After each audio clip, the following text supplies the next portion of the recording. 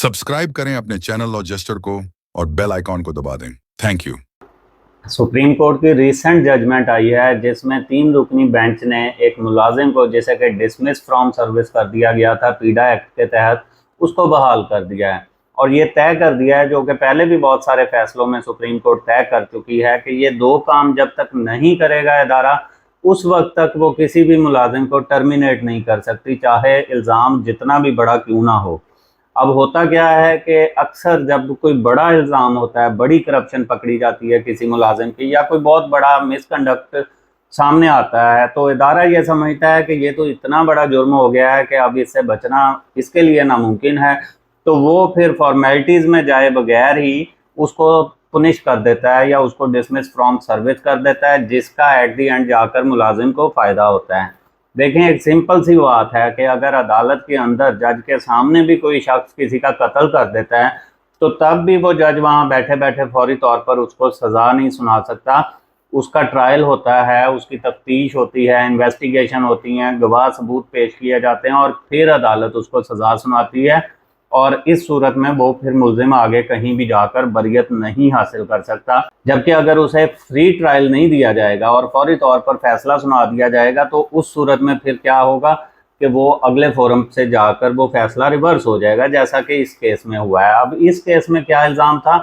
कि एक शख्स मोहम्मद रमज़ान, जो कि पटिशनर था सर्विस ट्रिब्यूनल से, भी उसको डिसमिस कर दिया गया, उसकी अपील को रिजेक्ट कर दिया गया। नीचे पहले कॉम्पिटेंट अथॉरिटी ने उसको डिसमिस फ्रॉम सर्विस किया, उसने रिवीजन फाइल की, डिपार्टमेंटल रिवीजन, वो भी उसकी रिजेक्ट हो गई। फिर सर्विस ट्रिब्यूनल गया, वहां से भी वो रिजेक्शन हो गई, लेकिन सुप्रीम कोर्ट ने उसकी वो एक्सेप्ट करके उसको री इंस्टेट इनटू सर्विस कर दिया, सिर्फ डिपार्टमेंट की 2 छोटी सी गलतियों की वजह से, जिनको अक्सर इग्नोर किया जाता है। तो अगर आप भी कोई ऐसे मुलाजिम हैं, कोई इस किस्म की कोई इंक्वायरी फेस कर रहे हैं, या कोई डिपार्टमेंटल अथॉरिटी हैं जो कि इस तरह की इंक्वायरीज कंडक्ट करती हैं, तो उनके लिए ये वीडियो बड़ी इंपॉर्टेंट है। इसमें जो 2 अहम पॉइंट हैं कि जितना बड़ा भी एलिगेशन होगा, आप इन चीज़ों को बाईपास नहीं कर सकते, आपने इसको फॉलो करना है। जब पीडा एक्ट के तहत आप कार्रवाई कर रहे हैं, तो आपने पीडा एक्ट को फॉलो ज़रूर करना है। अब इस केस में क्या हुआ कि उसके ऊपर इल्ज़ाम ये था, मोहम्मद रमज़ान के ऊपर, कि जब वो चेक साइन करवा लेता था डीसीओ साहब से, डीसीओ मियाँ वाली इसमें कॉम्पिटेंट अथॉरिटी थे, क्योंकि 2016 से मैटर चल रहा है। 2016 में उसको फर्स्ट टाइम पुनिशमेंट दी गई थी, तो उस वक्त क्योंकि डीसीज को डीसीओ कहा जाता था, तो ये डीसीओ साहब ने उसको टर्मिनेट किया हुआ है। अब उसके ऊपर इल्ज़ाम ये था कि वो जब चेक साइन करवा लेता था, कोई भी पेमेंट थी किसी कॉन्ट्रैक्टर्स की, तो उनके साथ वो मिली भगत करके चेक साइन करवाने के बाद जब वो बैंक में डिपॉजिट करने जाता था, तो उसकी अमाउंट चेंज कर देता था। जैसे अगर 6 लाख का चेक साइन करवाया है, तो आगे एक ज़ीरो मजीद ऐड करके 60 लाख करके वो बैंक में डिपॉजिट कर देता था, और उसमें से फिर वो अपना शेयर लेता होगा, या जैसे भी उसको मैनेज कर रहा था। तो ये एम्बेजलमेंट का उसके ऊपर इल्ज़ाम था। अब इसमें हुआ क्या कि वो उसका केस फौरी तौर पर जो साइनिंग अथॉरिटी थी, गुलाम मुस्तफ़ा शेख,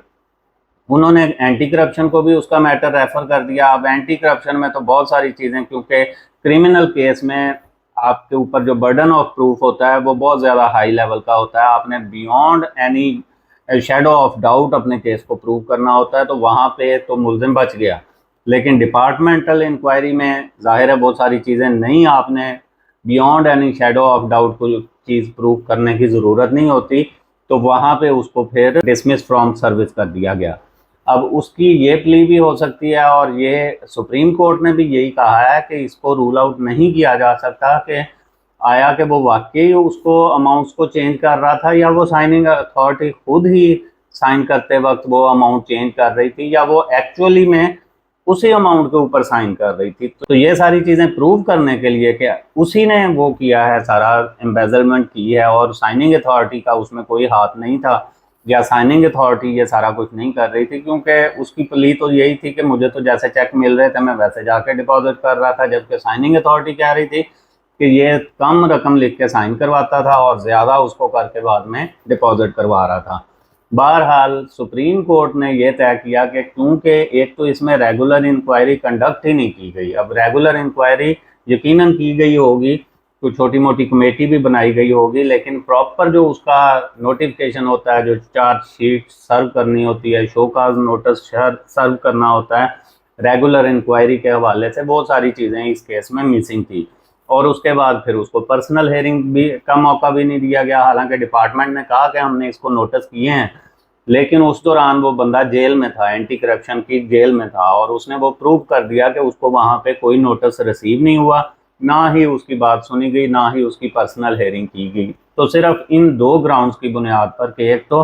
रेगुलर इंक्वायरी नहीं हुई और दूसरा उसकी पर्सनल हेयरिंग नहीं की गई, इन दो बुनियादों पर वो जितना भी बड़ा एम्बेजलमेंट का केस था उसको साइड पर रखते हुए सुप्रीम कोर्ट ने उस बंदे को रीइंस्टेट कर दिया है और डिपार्टमेंटल अथॉरिटी को कहा है कि अगर वो चाहें तो वो दोबारा इसकी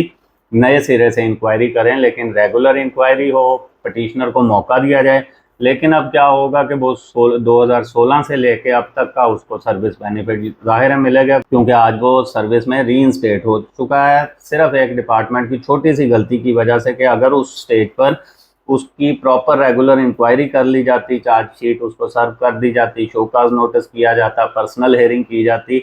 जो पीडा एक्ट की सेक्शन 9 और 10 हैं उनको इम्प्लीमेंट कर लिया जाता,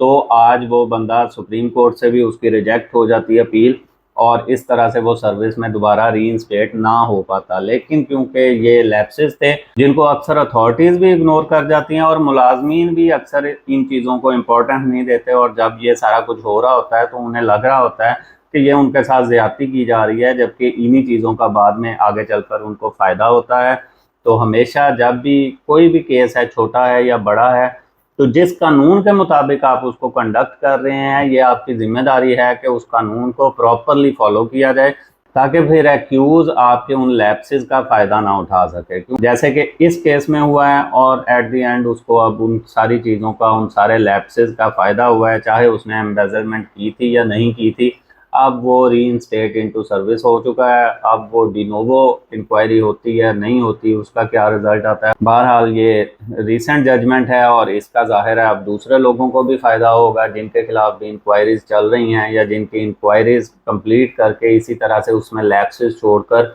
उनको टर्मिनेट किया गया है, तो वो सारे भी इस अब जजमेंट का बेनिफिट लेने की कोशिश कर सकते हैं। मज़ीद इससे मुतल्लिक इसी तरह की इम्पोर्टेंट जजमेंट्स आपके साथ मज़ीद अगले वीलॉग में शेयर करेंगे। तब तक के लिए अपना ख्याल रखिएगा और अपने इस चैनल का अल्लाह हाफ़िज़। सब्सक्राइब करें अपने चैनल लॉ जस्टर को और बेल आइकॉन को दबा दें। Thank you.